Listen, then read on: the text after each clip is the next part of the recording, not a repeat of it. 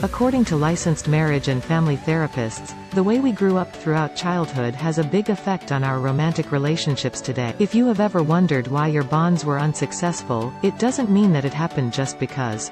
Rather, the relationships we built with our parents have a major role in what we expect from our partners, how we receive and express love, and how we respond to others in stressful interactions. We gathered 6 different types of love styles, and we hope to help you determine how you love and how you want to be loved based on a book written by experts. 1. The pleaser. Pleasers are generally those who grew up with bad-tempered, controlling, and judgmental parents.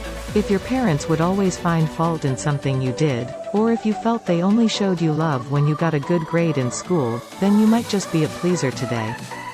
Pleasers seek acceptance and validation, and they always make sure to put everyone else's happiness before their own. If you are a pleaser, then you may lack initiative, be very indecisive, and be generally passive in your relationship. 2. The victim. The victims have grown up in disorderly homes, and their parents were violent and rough. They didn't like to be noticed or talked about. They were rather secretive and learned how to bear with the unbearable. From time to time, some of these kids would build an entire inner world to stay out of the realities of their abusive world. As adults, they can have a difficult time finding their worth and may often feel uneasy, disinterested, and apathetic. They might even find themselves in a relationship with a controlling partner and abide by their partner's needs as they did with their parents. 3. The controller. The controllers need their control over certain aspects of life because it allows them to discard the tender emotions they went through as kids. This control is actually their guard from negative emotions such as fear, embarrassment, and powerlessness. Since anger is one of the safe feelings, they usually stick to this emotion to direct them.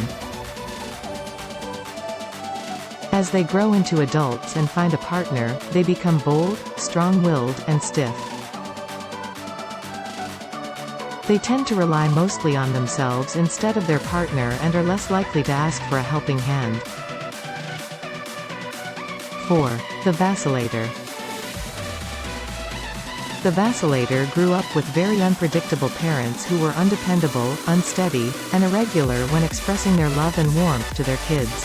If your parents made a promise to you as a kid and ended up not fulfilling this promise, you probably had a hard time relying on them again, which may have led you to feel neglected. As a grown-up, you are in a pursuit to find a dependable and steady relationship, something you might have never had as a child. Vacillators search for the perfect love and don't like feeling forsaken. Since love can never be perfect, they can end up feeling let down and bitter. 5. The avoider.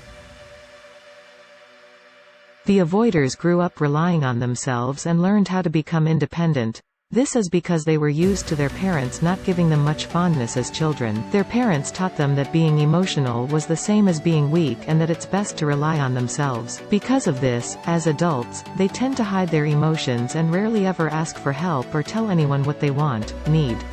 In relationships, they may be scared to show closeness and intimacy toward their partner and can seem very isolated, unattached, and uncommitted. 6. The secure connector. In relationships, the secure connectors are considered to be at ease with giving and taking. They have a healthy, stabilized way of expressing both their own faults and strengths as well as their partners, without belittling anyone. They have no trouble communicating their emotions with their partner. This is because, throughout their childhood, they were taught to settle disputes and accept when they were in the wrong. The secure connectors also don't have a problem with disagreeing or establishing boundaries, and they like to experience new things. If you are with a secure connector, they will likely ask for a helping hand and support from you. Which love style do you see yourself as? Let us know in the comments.